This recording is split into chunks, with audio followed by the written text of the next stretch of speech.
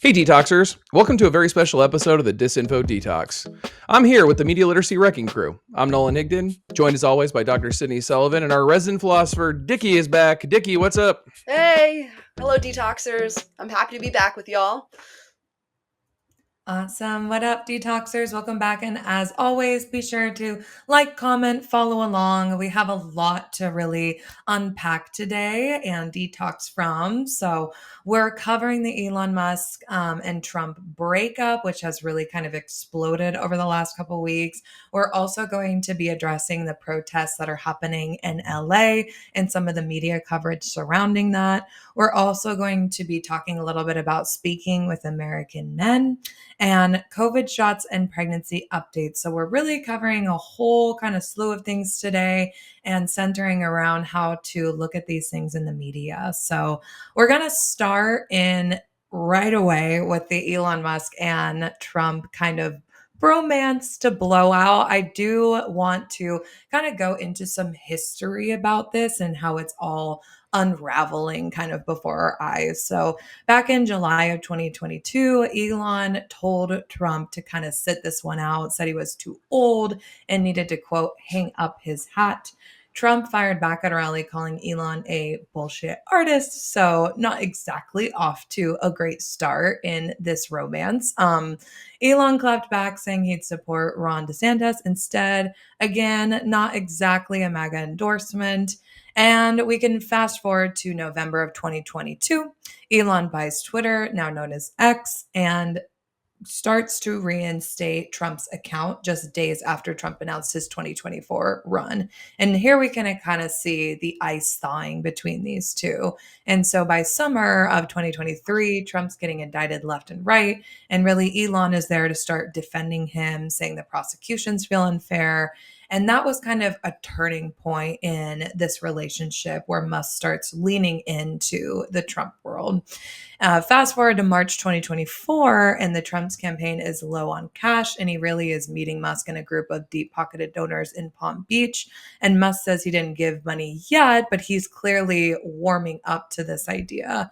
In May of 2024, Musk launches a pro Trump super PAC called America PAC. And that's when we really start to see Musk maybe having a role in a second Trump administration.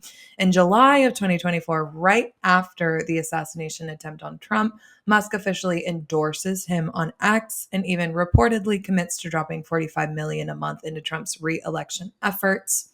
In August, they hold a big event together on X. This was branded as the, quote, interview of the century.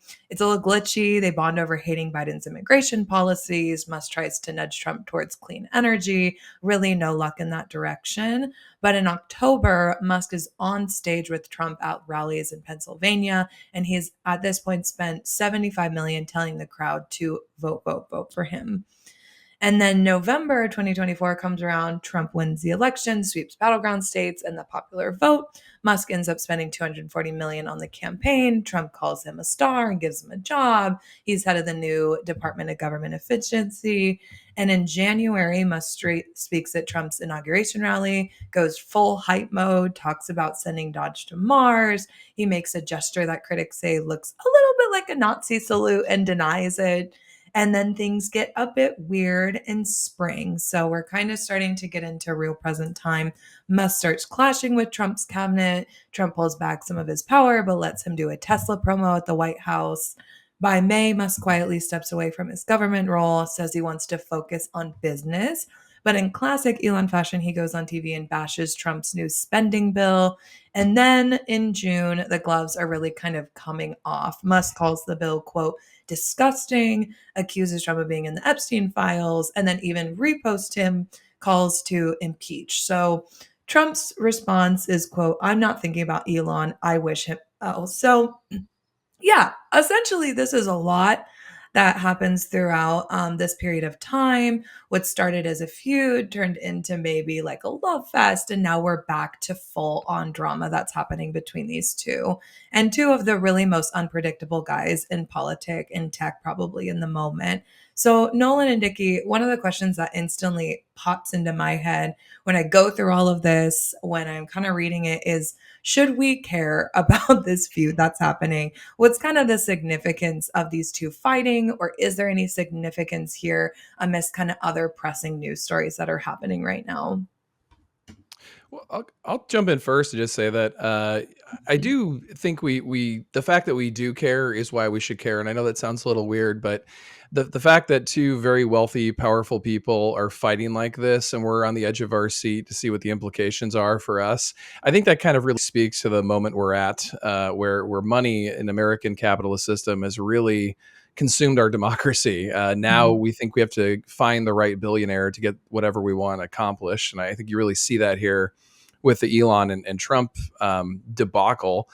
And I also think that it's a really interesting kind of case study in both media and politics. There's a long history of rich people trying to protect their business interests by buying media outlets, right? You can go back and look at like Jay Gould in the 19th century, or Hearst, and folks like, or more recently, like Sheldon Adelson in Nevada. And Musk did that to buy Twitter, to protect his interests. And then he used some of his money to try and get involved in politics as well. And so I think it also shows the power of big tech, not just money in the American democratic system. But there's also something else too, that I'll say, which is Trump. Trump has this unique ability to take otherwise powerful, influential people and somehow just cut them down to nothing. I mean, Elon was, like a darling of Democrats. They loved that he created Tesla. He was perceived as one of the smartest people on earth. I always knew that was BS, but that's a story for another day. So he had this kind of great adulation everywhere he went. And then he tied himself to Trump, and now like his businesses are in trouble. His national profile is like a total wreck. This is just what Trump does. He pulls people into his orbit, whether it be like the Michael Cohens of the world or Flynn's or whatever, and just seems to cut him down. It's really a fascinating pattern with Trump. Mm. Yeah. I really appreciate what you um said there, Nolan, about just the sort of state of our politics, especially, billionaire. We're sort of the reason that we do care is that billionaires are, yeah, have such a role in policy and the sort of shaping of our culture. I also think that this feud, at least to me, really exposes um, the fallacy of Republican promises, and just even Mhm. that Trump and Elon Musk, that they stand for nothing really coherent. They have no interest in the sort of collective project, but only their individual projects. This feud, a lot of it comes from this big, beautiful bill that's being voted on in.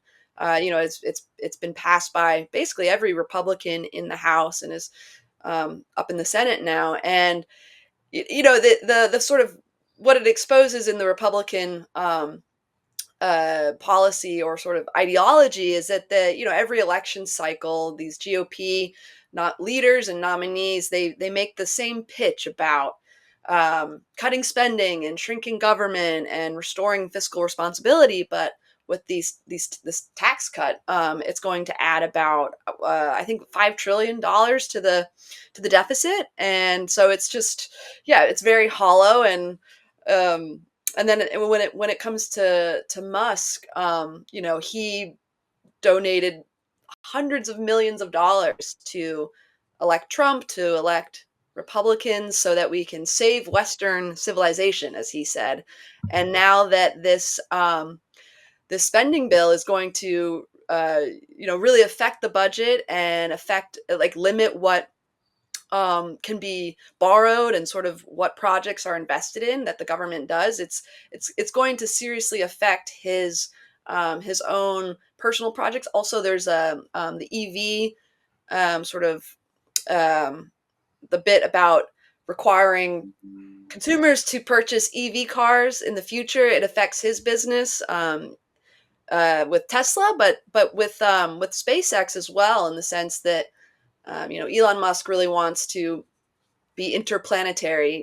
He wants to move human civilization to Mars, and he needs government subsidizing for that project. And the fact that his mission is underwritten by us, by taxpayers, and by federal budgets and political decisions. It really kind of affects his ability to do this. And so I think it's really revealing of how there's no core, it's just whatever is most efficient for one's personal projects. That the only material conditions that Musk or Trump care for is what benefits them.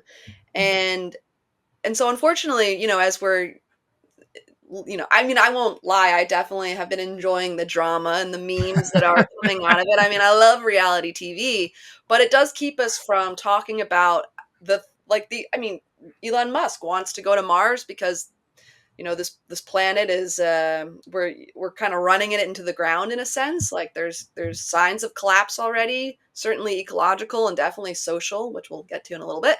But yeah, we're not talking about that. We're not, we have all this trillions of dollars of money going towards the 1%, the rich people, and we're not talking about how to fund housing or education or healthcare. And yeah, we're not talking about Doge anymore, and what the sort of ripple effects of that will be, and even what's continuing to kind of unfold there.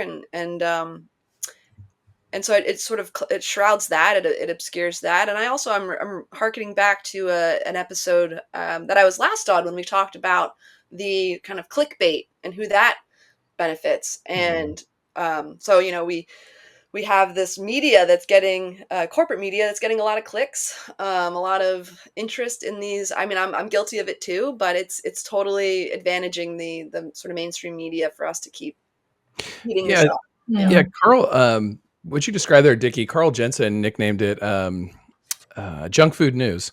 It's Twinkies for the brain. It feels like news, and you kind of feel good while watching it, but afterward you have like a stomach ache. That kind of narrative. But I also, something struck me when you were saying this. It was during Sydney's opening too. I was thinking about this. This has been a pet peeve of mine since the since the Bush administration. So I know this is really hearkening back here. But when the media calls bills by the name that the political party brands them, when they call it like the USA Patriot Act, or they called it the Obamacare, I'm like, just call it by the number, whatever, House bill, whatever. Like, you don't need to spice it up for the public. Like, as a journalist, you shouldn't be using the one big, beautiful bill name. You shouldn't be using Obamacare. I always think that's so like unprofessional and ridiculous when journalists do that. But like, they do it so often that I don't even know the number of the bill. Like, that's what it's called, is the one big beautiful bill, right? Trump has been able to brand it, and the media has repeated it. I think that's an issue. But something else I wanted to talk about, I don't know if you guys are interested in this topic, but the Epstein thing, I mean, this is another media story to me. Like, the media has consistently shined away from this story. This is a partial media story. For folks who don't know, Jeffrey Epstein, is accused and convicted on charges of trafficking women, young girls, to this sex island. He also has this very interesting past where he was able to teach at this like elite prep school without any background to qualify for that. And then he was a financial advisor for some of like the biggest traders without any background to qualify for that. He got this sweetheart deal when he got caught. This is after it was known he was associated with, or rumored to be associated with, people like Bill Clinton and Prince Andrew and these other folks, right? Donald Trump, Stephen Hawking, Chris Rock, Noam Chomsky, all these folks are involved. And he got this sweetheart deal, and then he got captured again and was supposed to be on suicide watch. But wouldn't you know it, the cameras didn't work and he killed himself. And there's these files that are supposed to come out that a lot of people know Trump is involved. It's well known Trump and Jeffrey Epstein at least knew each other at some level. And the fact that Elon is pulling that out, I mean, this is the media to me. They never took this story seriously. They never took it serious that their own bosses, people like ABC, were paid to not cover this story. And now it continues to permeate skepticism about media and about the system. It works against them by not covering it, is my point. The way Musk pulled it out here, I think, was just reminiscent of that. Hey Detoxers! Thanks for tuning in. You can find Disinfo Detox on YouTube and wherever you get your podcasts. Don't forget to like, follow, subscribe, and share. Every click helps grow the community and keeps those tech overlords happy. Detox complete.